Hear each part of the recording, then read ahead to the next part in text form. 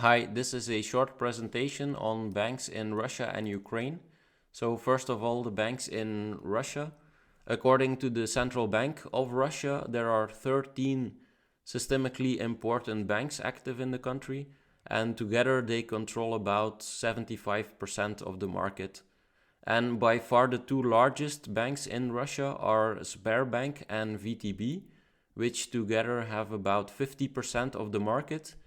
And both of these are majority owned by the Russian government, although they are also listed on the stock exchange.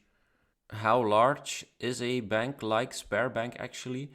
So if you look at its balance sheet, it has 400 billion euro total assets. And that's comparable to a bank like, for example, ABN AMRO. So the ABN AMRO, for comparison, is the third largest bank in the Netherlands. And if we would make a ranking of all European banks, even Sberbank, the largest bank in Russia, wouldn't be in the top 20.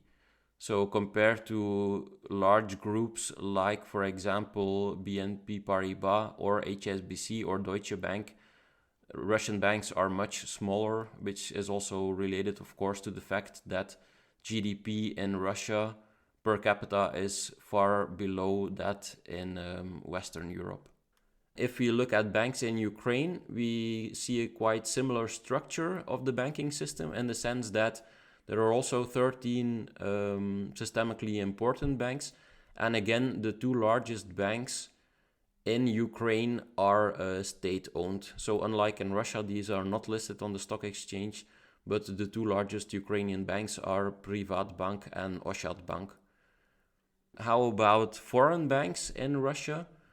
There are three systematically important foreign banks in Russia, and they are Raiffeisen Bank, which is a subsidiary of the Austrian Raiffeisen Bank International. You have also Rosbank, owned by French Societe Generale, and UniCredit Bank, which is part of the Italian UniCredit group.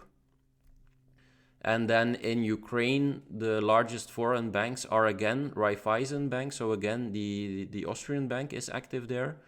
Then you also have Russian Alpha Bank, which is active in Ukraine, as well as Hungarian OTP Bank and a subsidiary of the BNP Paribas group. How exposed are Western European banks to Russia and Ukraine? So if we look at Raiffeisen Bank International, which has subsidiaries in both countries, it has total assets of 18 billion in Russia and 4 billion in Ukraine. And that's relative to its total balance sheet of 192 billion euro. So all in all, even for Raiffeisen Bank International, the exposure is still quite limited. So this has been a very short presentation on banks in Russia and Ukraine. I hope you liked it. If you want more videos on banks or monetary policy, please subscribe to our YouTube channel. Thanks for watching.